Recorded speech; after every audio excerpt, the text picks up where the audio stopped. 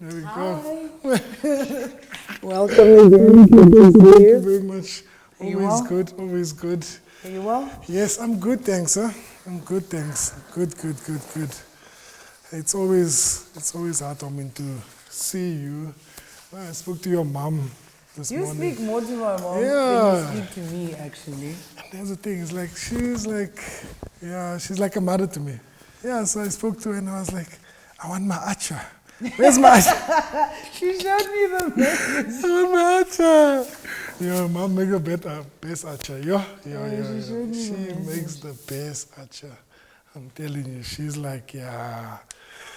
So, you know one thing I always wanted to ask you, nah? It's like, where did the language come from? Because I know I was cutting you in Lodium, I was your barber since that time. How did the language come about? It's like, I think a lot of people ask that question and they don't really understand. Yeah. The most important one is them understanding that Lamiez Holworthy is my real name. Yes. And then they look at my mom and my siblings and they're just like, you're black. Yes, right? yes. Doesn't make sense. No, it doesn't. So yes. I grew up speaking English and Afrikaans only. Yes. Because, obviously my mom is Indian colored. Yes. And your father and my is biological also... father wasn't in my life as a child. Yes. So I then got to primary school. All my friends were black. And there was the language barrier. So every time they'd say stuff, I'd have to ask them to repeat it in English. And they started getting annoyed at it. And then high school happened. Still wasn't very fluent. And then in grade 10, I think that's where it started happening. Yeah, and that's literally, I forced myself to learn. To learn. Yeah. And to which school was it? So I went to Kwakatran Primary School. Yeah. I then went to Pro Arte in grade 8. Yes. And then grade 9 I went to Lodium Secondary. Okay. And even that is a long story. But with that being said, I mean, like, that actually gave you an advantage if you think about it now. It did. Now, in retrospect, that's like a big advantage. No, it is. But also it was in one, being more relatable. Yes. But also accepting who I am. Like, Yes. I'm black. Yes. I'm a black girl. Yes. It's just so wild because my dad is Shangaan. Yes. So I can't speak Tsonga to save my life. So I guess that's a new challenge for me. Yeah. Because I learn languages very fast. Yeah. I wish I had a gift, I wish I had a gift because you're not trying hard enough, No, Sheldon. but I am trying. Like, I downloaded the apps. I even tried Duolingo. Duolingo, they must throw it away. No, not Duolingo. It's like my mom. Like my mom can't speak Vernac either. Yeah. But my siblings can. Yes. And I think she also she gave up and tried. No, it's a tough one. It's a tough one. But your kids, though, they must learn. They must learn. The younger you are, is the easier it is to pick up on languages. Yes. Definitely the easier. Yes, and I think the other day, it was like last month or so, I was in Mozambique, and I was struggling to say, like, just, hello, how are you? And I see, they probably think you're from Mozambique because a lot of them because they look like this, and they're like, I just communicate. I'm like, I can't speak to save my life. And also the amount of traveling that you do and the different languages that you get exposed to. Yeah, it must get very interesting. Yeah, but it would be nice, and I think like a language makes doors open for you. You understand? Because you're speaking to somebody's heart once you understand. Like I mean, if you go out here and you start speaking Afrikaans, and it's like to a white person, it's like now it becomes one of those things where this person is so much relatable to you. Yeah. And you just connect with them better. Yes. That's the one thing that I've picked up. Yes. The minute people see that you're able to speak their language outside of just English, they just feel like this sense of connection. Yes. So that's always pretty cool. Yeah. So my first haircut, you first cut my hair in Hatfield. Yes. No, but my first ever haircut was in Florida. Florida, no? So before Legends became what it was, before it became fancy, That was like 10 years ago, maybe. Yeah, It's a long time, huh? It has been a while. I also realized that I am not my hair and I won't allow my hair to define me. Yeah. Because then I think I started obsessing over the idea of I have to have my natural hair. Yes. But also having that, because as a lady, you know, it's like, it's your crown. It's something that's so dear to you. You see, it's like a guy, like, you know, anything is fine. Anything goes. Like, you can change here, gone tomorrow. But being able to make those changes is quite difficult, because now when people look at you in the public and say, hey, you know, I actually done this hairstyle because of you. No, that would happen. Like, and it happens a lot. So even when I'd get braids or a wig, I'm not so sure if it's a good or a bad thing. Yeah. And, you know, then they'd say that's the one thing that made you stand out. Yes. Which is true. Which is true, yeah. Yeah. All right? Yeah. Like in a world where, you know, everyone wants to look the same. Yes. You know, women put themselves under pressure and spend money that they don't have. Yes. Because that's the reality out there. That's because the reality. Everyone is chasing the next nicest, biggest. You know, and they all just want to look like the girl in the magazine. And that is why when I got Live Amp, do you remember you came to cut my hair? I remember. That was the yes, I remember. My first ever show on Live Amp, and that was such a big deal for mainstream media. Yes, and I think that was actually a transition in you as a person, because I remember we had a conversation just before you went to Live Amp, and you said, you know what, my life is going to change now, because this is actually going to take and elevate the brand of Lamiez to a whole new dimension. And all the hard work, Yes. So, I mean, before that, a lot of the girls that you'd see, or the women that you'd see on mainstream media, you know, on TV, on magazines, all looked a certain way. You know, they were all either skinny or light-skinned. They all had, you know, weaves or long hair. And then bam, SABC drops a bomb, and Lamiez Holworthy, who is one from Pretoria, and I speak predominantly Pretoria. Dark-skinned, big thighs, short contrary hair, to what everyone is. Yes. But you know, it worked, Sheldon. Yes. It worked because so many more women got to feel like they could relate to me. Yes. Because they saw themselves in me. They saw a normal black woman with the stretch marks, with the big thighs, with the short natural hair, embracing herself. Yes. And they then embraced me. Yeah. So that for me was such a big deal. That's really powerful. That's really powerful, because now you're indirectly impacting them as a person. So you can imagine the kid that's growing up now in school, that's looking up to Lamiez and not feeling shortchanged, feeling that, you know what, they're not enough. I'm not enough. You know, I'm so glad you brought that up now, because it's a conversation that I've been trying to have a lot more now. Yes. Because of social media and how, remember, Sheldon, on social media we're all superstars. Yes, right? That's true. We can all hide behind surgery, we can all hide behind filters, we can all create a lie. And you just put your best. Yeah, you just put your best. Show people your best.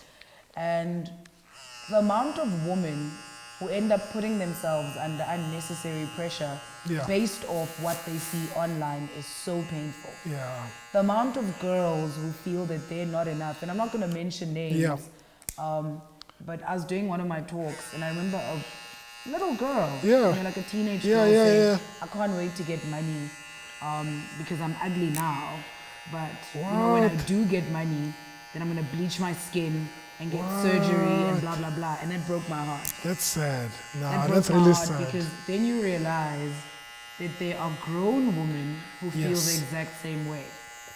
Right? Because someone's actually speaking into her life as well, just telling, it could also be indirectly as well. So telling her that she's not enough. That she's not enough. So that is why I try to be as honest as possible. Yeah. You know, like when I post a picture in shorts or whatever else, Yeah. you're going to see the cellulite, you're going to see the pigmentation, yes. you're going to see how big my legs are, yes. because that is who I am. Yes. I could easily hide behind filters. I could have my photographer edit my pictures Everything. and airbrush them. Yes. And now when you bump into me in public, yes. you're shocked because one, I can't walk around with that filter. That's true. That's right? true. But That's true. most importantly, we need our little girls to see that they're enough. Yeah. It's one thing to say it, but it's another when they actually see it, when they see themselves as that in, you know, this person that they look up to. So but how do we get that message out much more? Because it seems like there's still a overpowering because of social media. Definitely. That plays a role in it, because social media definitely puts up this role of women supposed to look a certain way, be a certain way, but not them feeling love by what is in their skin. I think it's simple. You know, I always say that social media is a blessing and a curse for me. Yes. Right? It's a blessing when I get to work with amazing brands, I get my brand out there, yes. I get to interact with amazing people, I get business from it. Yes. It is a curse when you look at the cyberbullying that comes from complete strangers and. Yes. Now, when I say that it can be a blessing, means how exactly you and I are going to use it to impact the next person's life. That's true. That's so true. Are you going to lie? Not even lie. Are you just going to show people the Sheldon yes. who's built this amazing Legends Barber brand yes. and yes. not show them the realities and the issues that you had dealt with beforehand to get to where you are? And the struggles that you went through. Are you gonna hide you know, that part of who you are as a person? As a person. Yes, that's true. Am I gonna hide all that I had endured as a woman, yes. as a DJ, yeah. as just a human being in order to get to where I am? Or am I going to be 100% transparent and honest and say, look, life wasn't easy for me in the beginning, yes. but over the years you then realize that when you work hard and you prove to them actually does work.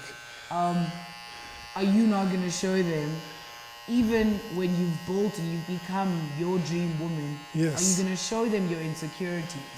Yes. Are you going to show them the dark days or when you're not having a good day? Yeah. So that for me is where I realize that I have a responsibility, and one that I don't even ask for. Yeah. Because if we're being honest, it is. It's like you're just a normal DJ. I'm just a normal person. I just a baby. I was like, I just a baby. The truth is, it's when you understand that you've been chosen. Yes, that's true. That's true. That's true. And sometimes you don't know why you've been chosen to walk a certain path, to be a certain way. You see. But in terms of that, because I know that especially when it comes to social media, you have experienced a lot of backlash as well. Just looking at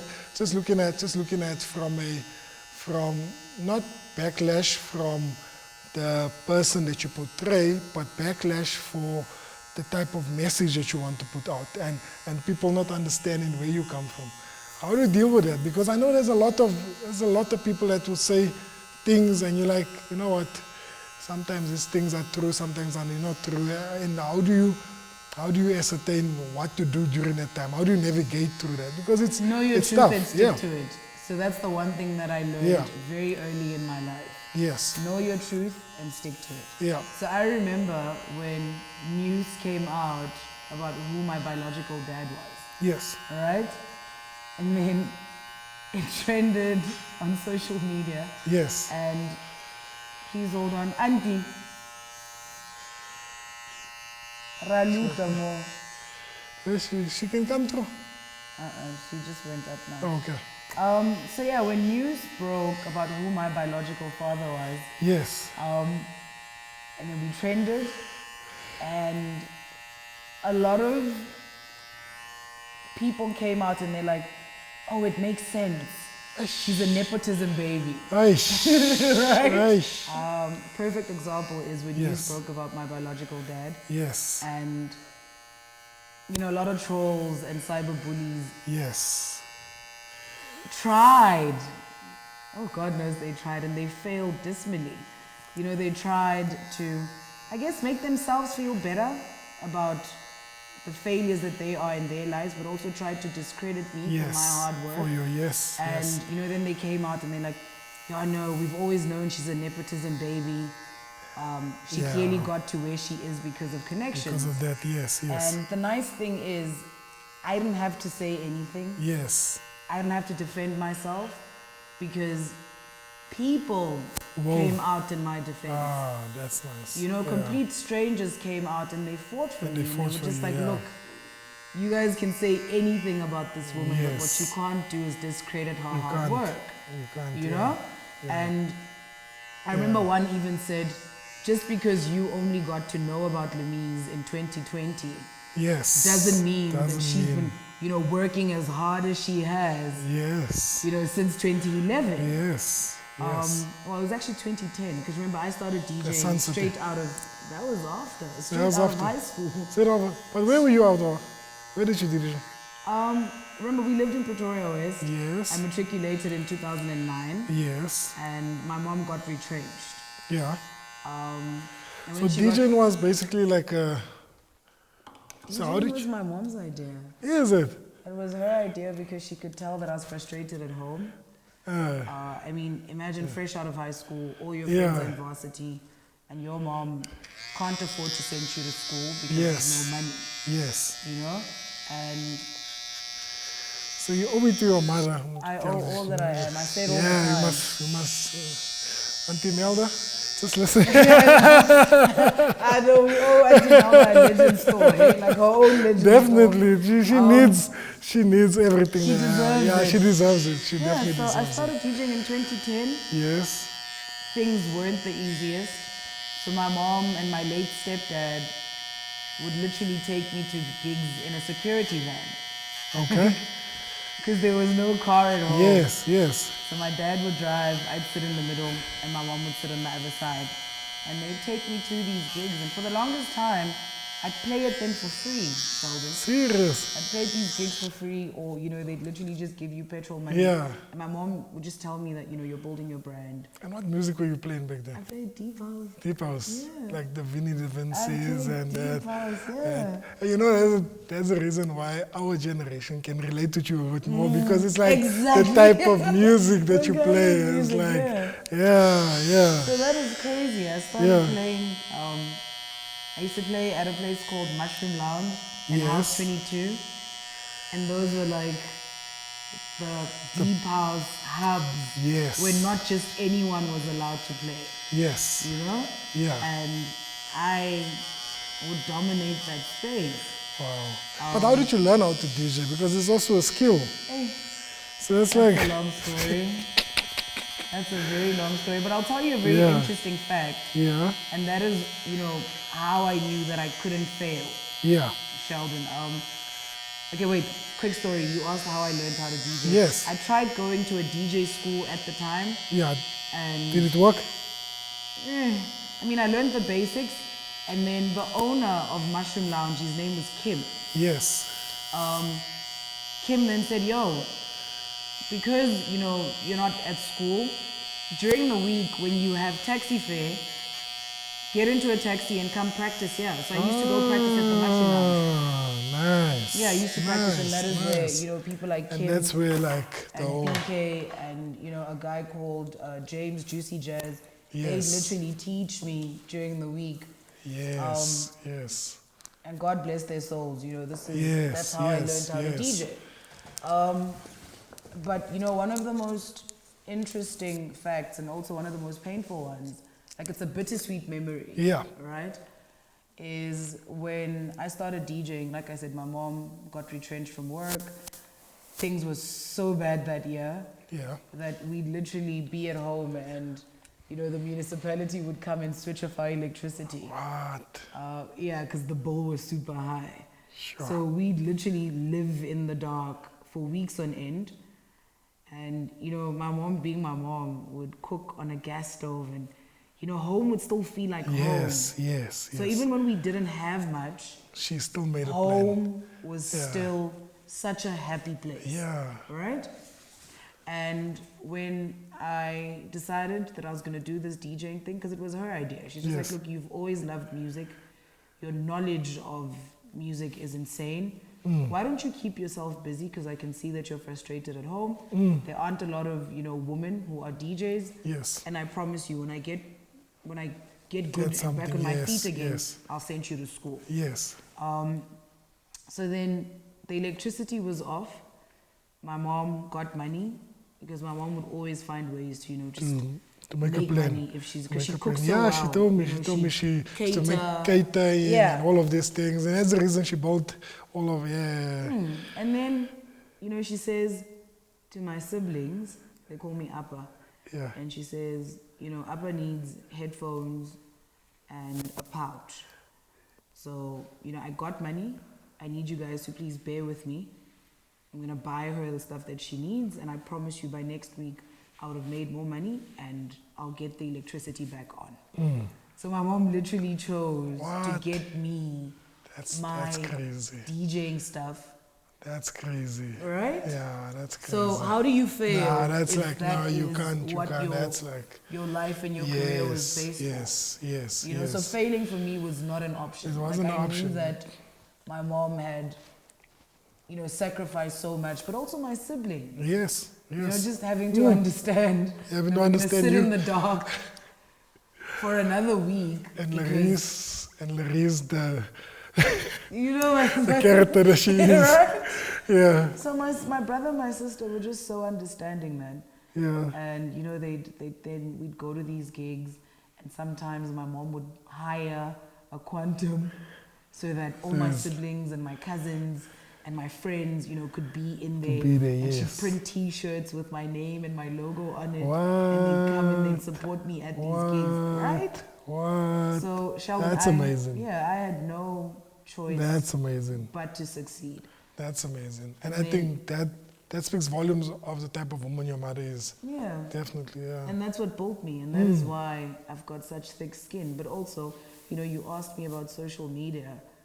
Another reason why I get so unshaken is because, Sheldon, I grew up, when I was born, it was literally so taboo in an Indian community, which is super racist. Yes. And now my mom literally had to choose between me and her family. Yes. All right? And she chose me. Now, imagine having to grow up in a community that is very racist, but also very colorist. So like with Indian people, if you're lighter, you're more superior. You're more superior, yes. Right? Yes. Now, not only am I dark, yes, I am evidently black. You just look at me you can just and see, you know that this child is black, right? And my mom was adamant, and she made it very clear from the onset that I'm her child. She loves me, and she was always ready to go to war for me. Yeah. So growing up and experiencing, not only colorism, but full-on racism all your life, and having to believe your mom when she tells you that you're beautiful and you're enough, and you've got beautiful hair, and your skin, the color of your skin is enough, and constantly having to remind yourself of those things about also. it. Yes. If that was my truth as a child, why would I be shaken by the opinions of complete strangers when I've experienced hell from growing up, people who should be family? Should be, yeah, because it doesn't make sense. No. It doesn't make sense, yeah. Things like that built me and prepared me for where I am right now. Yeah. It's almost as if though God knew what he was doing. Yeah, that's true. He knew exactly what he was doing. That's true. And why he chose me. Because I say that all the time, Sheldon. I've been chosen. Yeah. I've been chosen. Yeah. And it's so funny because when you look at my biological dad and the living legend that he is when it comes to entertainment and music, it's just like we understand why. Now we understand where it comes from. Right? We definitely understand. Yeah. Yeah, so my mom knew what she was doing. Yeah. Yeah, so she understood from the, yeah, she saw the potential from a very young age. She knew. Yeah, she you knew. know? She knew. So growing up was hard, but it was so beautiful also because I had my mom. I Yeah. still have my mom, and I'm so blessed to experience the love that I do. Yes. And you know, again, when it goes to when you know your truth and you stick to it, but also when you know yourself, you're unshaken. And And that's it where the would be- self-confidence yes, comes. It would also be unfair, Sheldon, for us to ignore the amount of love that I receive. Yes. Yes. We're not going to take a handful of trolls Yes. and allow that to and shape allow that to my shape it. narrative. Yes. Because that is not my truth. That's not the truth. Yes. My truth is I am actually so loved, Yes. and I have so much support from complete strangers that it is crazy. And they look up to you. They look up to they me, look up to women you. of all ages, Yes. even men. Yeah, they You look know, up Sheldon, to there's you. nothing that warms my heart more than walking into a space and having a woman who's like in her 40s come up to you and say, you changed my life. Wow. You know, look at me, I'm wearing a skirt because of you. Wow. And you know, some of them cry and they get so Wow. emotional and they're just like, because of you, I'm more confident. That's amazing. So I think it is very important for us to not focus on the handful of darkness when there is so much light. So much, yeah. Especially when it comes to me. I am living proof that, Yeah, you know, there there's is that, yeah. Yeah, there's this notion that women don't love and support each other, and that's a lie. That's not true, yeah. That's a lie because I get so much love and so much support from complete strangers. But why do you think, why is that the case? Is especially the love that you receive. And we spoke about relatability and it goes to one say, but if you look at this, it's actually deeper than that. It really isn't. People being able to listen to you Yeah, or look at you and see themselves in you. yeah, And it's in being honest and being vulnerable enough to say, look, I'm having a bad day today. Yeah. Or, you know, these are the struggles that I go through, or these Yes. are the struggles that I have been through. And because, you know, that isn't the reality that we are fed on social media, it is so rare for them to find people that they feel they can relate yes, to. Yes. So yeah. that is why Yeah, no, I definitely, think, yeah, yeah, you know, Yeah. I have such a strong following. yeah, yeah. It's in literally saying, yo, I'm just me. I don't have it all figured out. Just like you, I am trying to figure it out. Yeah. But also, it's in reminding people that, you know, in there's a saying that says, "Mo bophelong a gona mo tloga pele." And that is loosely translated that, you know, when it comes to life, it really doesn't matter who ran or left the race first, Yeah. Yeah. right? Yeah. And I constantly remind people of that. You know, Yeah. I try by Yeah. all means to be honest enough to Yes. say, look, you could be 20 and have your whole life figured out, but you could also be 40 and still trying to find yourself, and that's true. okay. That's true, yeah. And you know, just because you have a car, you have a house, and you have a family at a certain age, doesn't necessarily mean the same should happen for me. And it also doesn't mean that I'm a failure. Yes. So, you know, yes. people put themselves under pressure, Sheldon, based I off... think the old stereotype, is that old stereotype that you were talking about, is that, you know, at a certain age you have to be here. At Yeah, a certain you must age have you must this. have this. Yeah. Yes, You know, like I used to think 32-year-olds were adults. And now I'm 32. Yeah, now you're 32, now it's like... I'm just a baby. So, you know, I try by all means Yeah. to be as honest, Yes. as vulnerable As possible, yeah. as possible. Is that a phase that you're going through right now, especially in your journey? Now I find it more important. Yes. You know, my son changed my life. Yes. You know, like before, yeah, sure, I touch on these things, but Leano has changed my life completely, and it's in just wanting to make sure that he has a mom that he can someday be proud of. Yeah. It's in looking at my kids, you know, my big boy, my daughter. Yes. And I want them to be proud of speaking of me. Yeah. Not only based off what I have and what I'm able to give them, yes, but the amount of lives that I'm able to change. Yeah. So that is very important for me. Like, what am I teaching my kids? Yes. You know, yes. Yes. and it's one thing to say something, but it's it. another when you do it. That's true. So I'm raising boys and girls. I'm raising a daughter who I need to know. She needs to know that she's enough. Yes. Regardless of her body size, the complexion of her skin, regardless of whether or not she has pimples on her face or whatever, you know, she needs to understand that she is enough. Yes, yes. So yeah, I think I've always been who I am, but now it's coming more out. I am louder about it. Yes. And you know, there's a video that I posted where I was booked at a woman's luncheon, right? And lately, hey Sheldon, also the questions that come, like, I'm just a DJ, guys.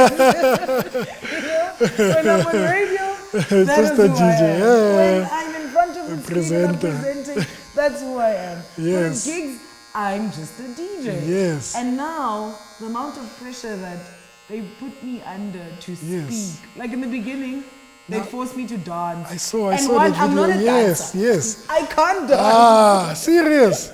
No. I just have fun doing it. No, but that's then. Dog. Man, that's like. Nah, I'm just got rhythm, nah. and I'm so happy doing what I do. Yes. Right? But that's truth like, is, that's like you in the motion, you understand? And I think that's also contributes towards something. it does. Yeah. It does. I'm not gonna lie. So in the beginning, they would force me to come dance. And you know, that was fun, it was cute. Yeah. But now they force me to speak. Yes. Right? And at this very specific luncheon, Yes. I was booked there to speak. What? Right? And I was very honest. I think that was one of the most vulnerable that I had been. Wow. And I mentioned something which is very important, and I feel like we're not having those conversations. Yes. Yes. You know, we're not having the honest conversations. The honest enough. conversations, yes. And you know, I speak of Leano and how much my son has changed my life. Yes. Right? But you know, if you go back and you watch that video, I speak of how the world makes women feel like they're not enough if they don't have kids. Right? And truth is, not everyone can have kids. Have kids, yeah, that's Not true. everyone wants to have kids, yes. And guess what? Yes. That's okay. That's okay, yeah. Alright? That's true. Now, with me, I went through a very dark phase on social media because I had experienced a miscarriage. So, you know, I gained a lot of weight. Yes, And, yes. you know, you then get comments from complete strangers about that. Yes. But you'd also get comments from complete strangers who would comment how I'm so focused on my career and I don't want to give Kulichana kids. And you're just like, Nalina, you don't know. You don't know the story. You don't know me. You don't know what's happening. You don't know Yeah. our plans, but most importantly, you don't know God's plans for my Yes, life. that's true. You know? It's tough, huh? No, it's not easy. Living your life under a microscope Yes. and having opinions from complete strangers is hard. Yeah. And if you're not tough and you don't have tough skin and you don't know yourself, you have to struggle. Yeah. And that is why so many in my industry are either alcoholics or even drug addicts. Yeah, you Because find that it. is their coping mechanism. You find it, yeah. Yeah, because that's the only way they can escape. Yeah, that's their only escape. This is why so many, you know, are under pressure and feel the need to put on this facade like their lives are perfect and they have it all together. And then, you know, when someone gets sick, then you get shocked that they don't have medical aid. Yes. Or, you know, if someone experienced death, then you realize that they don't have money to bury a family member, or if they die themselves. Yeah. You know, then you realize, wait, this person did not have their lives together, yet they pretended so much on social media that and everything to the is world fine. that they have it all figured out and life is perfect. Yeah. And that is no way to live. That is not how I want to live my life. No, that's true. That's so true. That's so it's also an understanding that social media and the fame and even material, Sheldon, does not define me. Yeah. So the sideburns, you don't want to trim it? No, you know I love my sideburns, and I think they just look Yes. really nice with short hair and Yes. And so I shorten it a little bit. as long as they show. Don't get rid of them. I really like my sideburns. Yeah, maybe just a little. Just a little bit. Not a lot. I haven't seen myself with short hair in such a while. So, you know, I've always wondered, right? Yes. And it's obviously something that I've also observed. Yes. You know, we were talking about a local shoe brand. You know, we're not going to mention the name. And, you know, that there was an issue with something on the shoe. And how, you know, this person was honest enough to come fetch it and, you know, say he's going to go fix it and get you something new. Yes. But, you know, as a business owner yourself, right? Do you sometimes feel like consumers are less understanding when it comes to local business owners? Almost as if though, let me explain my question. Yes, yes. If I buy a designer bag, right? Or just a reputable brand that everyone knows, that's been around for years, and if I buy a sneaker and I have issues with it, it's like they're almost more accepting of the faults that come with it. Yeah. And, you know, life moves on. Yeah. But if they buy something and by virtue of it being Sheldon's, and because Sheldon is from Aldo's, or, you know, Sheldon is South African, I'm now going to go make a noise about it.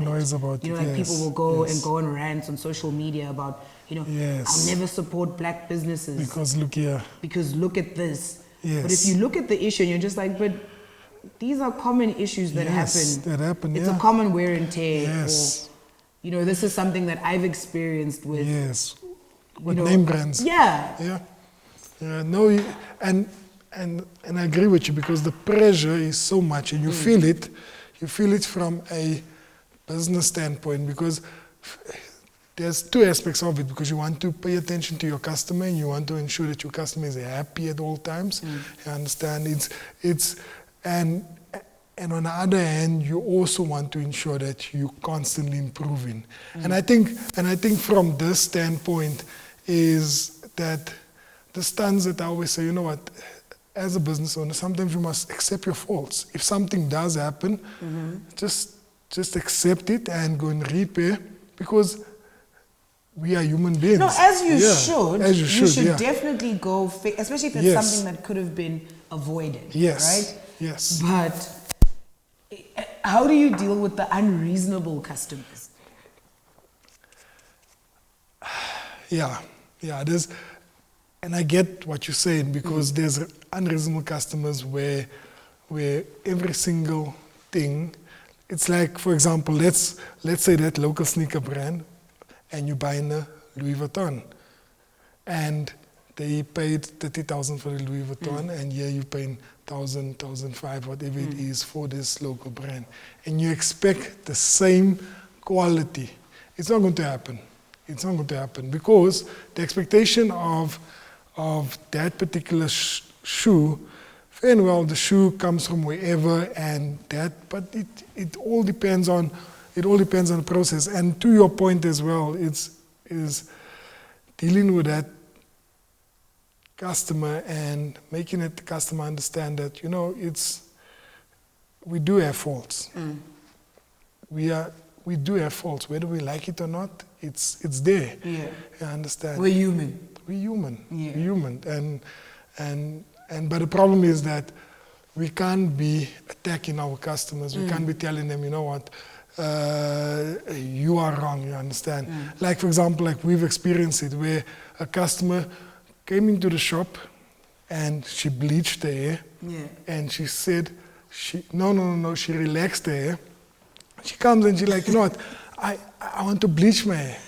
And the barber is like, I can't bleach your hair because you just relax your hair. What's going to happen to your hair? She says, no, she's adamant.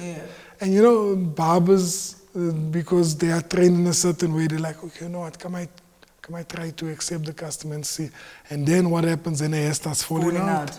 And then it becomes now a legend's problem. You understand? Now it becomes that type of thing. You see, now it's like, that thing is widespread now. Everyone talks about it. It's like, but not understanding the full context around that. So how did you guys remedy it? Did you come out and say, look, this is what happened with this customer, or did you just let it be?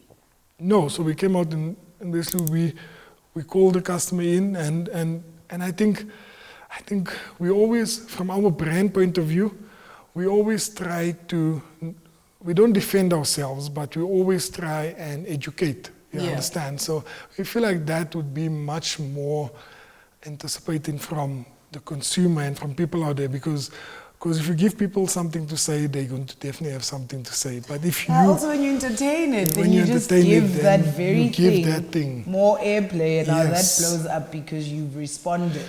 So that's the one thing I've also learned, because before, I mean, I'm human, right? I'm not a robot. I'm human with feelings, and you know, sometimes you feel the need to want to defend yourself, and then you realize another thing, which is very important, right? Is then you realize that when people have made up their minds about you, that's true. there is absolutely nothing you can say to change it. To change it, But also, when you know your truth and you stick to it, then it's a different story. That's a different story, because then your truth speaks for itself. You know, where you get other people that come out and say, and no, they will defend you. Without you having to do anything. Yeah. So, you know, the quality of your work must never change. But also the person that you are should never change. Because you know your truth and you understand it. In the end, that's what... Because that's what keeps you going. You understand? Even though people might come in, but there's going to be that thing that keeps you going ever since. You understand? And it's so crazy, because we were talking offline, and what you're actually saying is that the thing that I dreaded about for a little while, like I actually miss cutting hair again. You understand? Now it's like a thing now. It's like I'm actually enjoying it now, but more because now I'm doing it with a clear purpose, and it's much more about impact than not just making the money side of it. Now it's exactly like you know what, I was amazed when we went to the prisons and we went to go do the thing, and when we got to the prison, and basically you can imagine the ladies are standing there, and it's like these are different types of ladies that are there, and they had a fashion show and stuff like that. And I think my thing is for that ladies to hear your voice.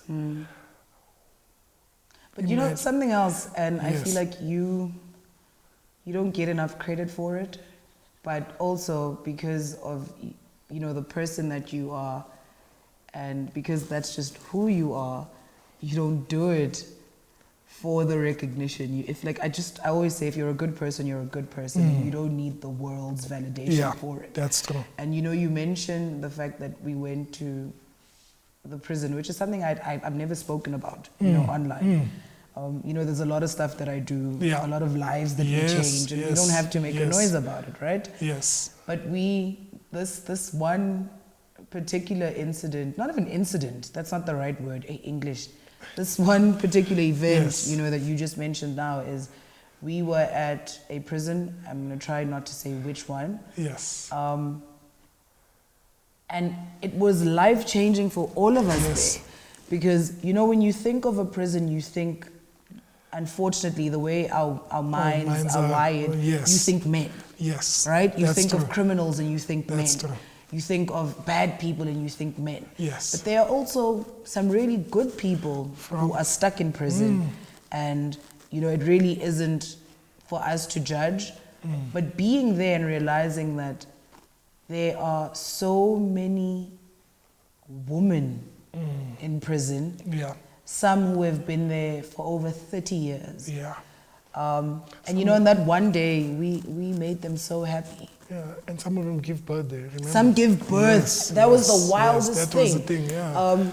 So a lot of people don't know that there Yes. are kids that live in prison. Yes. So from the time that they're babies until I think they said 3 years Yeah, they old. said, no? yeah. And you know, that is something that we don't think of as normal people. You know, you're so comfortable in your home and you Yeah. look at your kids and then you get exposed to another side of this world and you know just how dark it can be. Can be outside, yeah. So on that day, it was such a bittersweet moment for us, you know, because I called Sheldon, I asked my husband, I called a few friends, the funny chef, and I was just like, yo, we're doing this and we're going to this prison.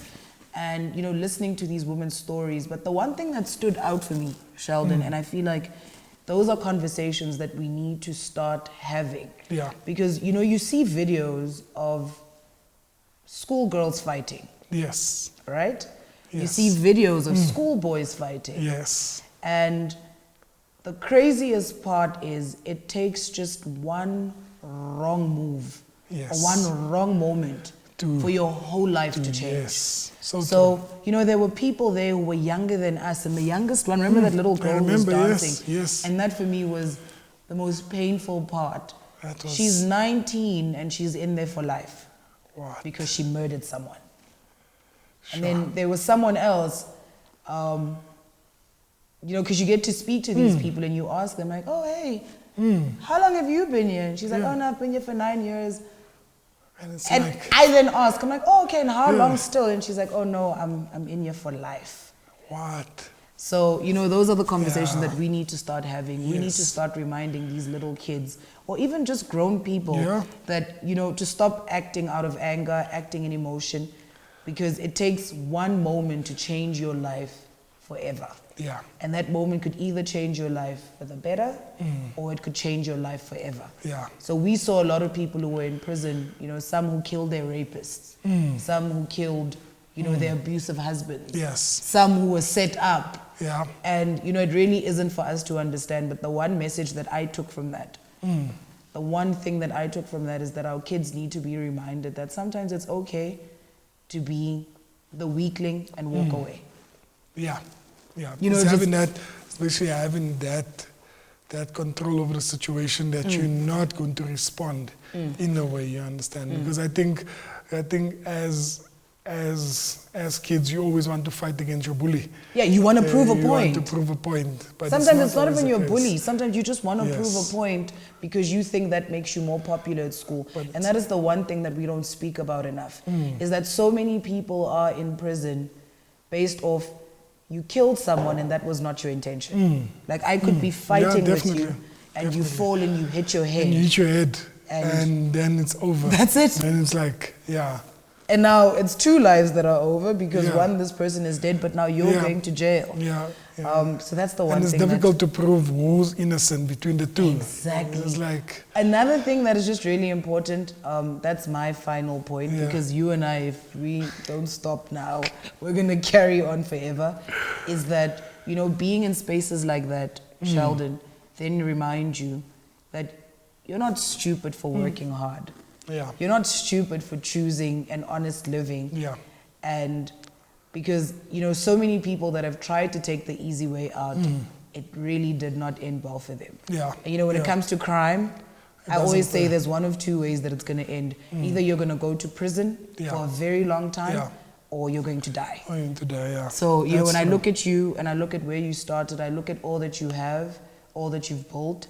I look at the people like you, like-minded people who have built something solid from nothing. That's the one thing that I admire. When you look at these people and you're just like, hey, it took long. Yes. It took long to get to where you are, but it was also worth it. Worth it, So it goes back to us having more of those conversations and reminding the little boys in the hood, the little boys who are under pressure at school, who now want, you know, a quick, easy life out. You know, just the guy who feels like, working is not, it's not working for me. It's not working, So let me try the other route. Let me try crime. Yeah. It never works. It never works. It never works. And I feel like that's exactly what happens in our communities as well. So, yeah, like that, I would say, thank you very much. Thank you. I want to see my hair.